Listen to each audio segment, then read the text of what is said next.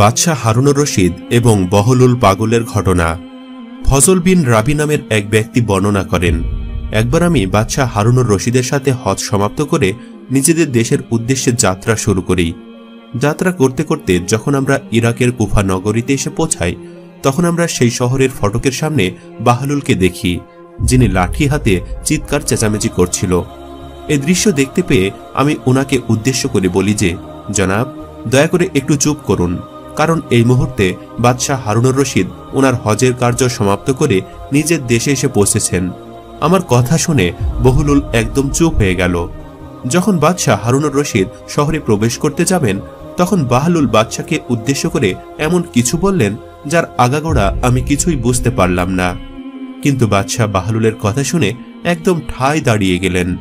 এ দৃশ্য দেখতে পেয়ে আমি বাদশাকে উদ্দেশ্য করে বললাম, হুজুর, এ সামান্য একজন পাগল ব্যক্তি, আপনি দয়া করে তার কথায় কর্ণপাত না করে সামনে চলুন। বাদশাহ হারুনুর রশিদ এই কথা শুনে আমাকে উদ্দেশ্য করে বললেন যে, এই ব্যক্তি যে পাগল সেটা আমিও ভালো করেই জানি, সুতরাং তার ব্যাপারে তোমাকে কিছু বলতে হবে না। অতঃপর বাদশাহ হারুনুর রশিদ বাহলুলের কাছে এসে ওনাকে উদ্দেশ্য করে বললেন যে, হজরত, দয়া করে আমাকে কিছু নসিহত করুন। বাদশাহ হারুনুর রশিদের মুখে এমন কথা শুনতে পেয়ে বাহলুল একদম নরম কণ্ঠে বাদশাহ হারুনুর রশিদকে উদ্দেশ্য করে বলেন, যদি তোমার নিকট পৃথিবীর সমস্ত ক্ষমতা এবং সমস্ত শক্তি হস্তগত হয়ে যায়, পৃথিবীর সবাই যদি তোমাকে শক্তিশালী ব্যক্তি হিসাবে মনে করে, যদি তুমি সর্বমহলে শক্তিশালী এবং ক্ষমতাশালী ব্যক্তি হিসাবে সবার আলোচনায় স্থান পাও, তাহলে জেনে রাখো, তোমার শেষ পরিণতি মাটির নিচে সেই কবরেই হবে, যেখানে বর্তমানে তুমি অতীব দম্ভের সাথে পায়চারি করে আসছ। এই কথা শুনে বাদশাহ হারুনুর রশিদ বাহলুলকে উদ্দেশ্য করে বলেন, জনাব, আপনি একদম সঠিক কথা বলেছেন, দয়া করে আমাকে আরো কিছু নসিহত করুন। বাদশাহ হারুনুর রশিদের মুখে এ কথা শুনে বাহলুল বাদশাহ হারুনুর রশিদকে উদ্দেশ্য করে বলল, আল্লাহ যাকে অতীব সুন্দর রূপদান করেছেন, সে যদি সমস্ত মানুষের নিকট নিজের দোষ ত্রুটি আড়াল করতে পারে এবং আড়ালে আবডালে সে যদি নিজের জানমাল আল্লাহর রাস্তায় খরচ করে, তাহলে সে মুমিন বান্দাদের অন্তর্ভুক্ত হবে।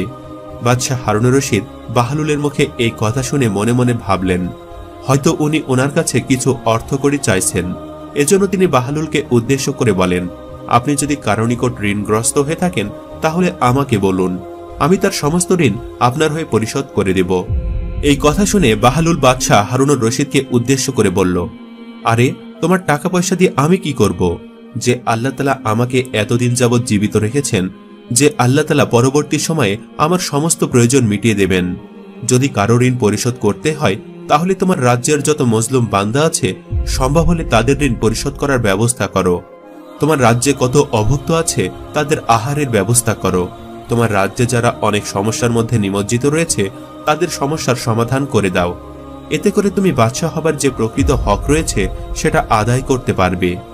এই কথা শুনে বাদশাহ হারুনুর রশিদ বাহলুলকে উদ্দেশ্য করে বললেন, আমি চাই আপনার পদধূলিতে কিছু ওজিফা অর্জন করতে, যদি আপনি অনুমতি দেন তো।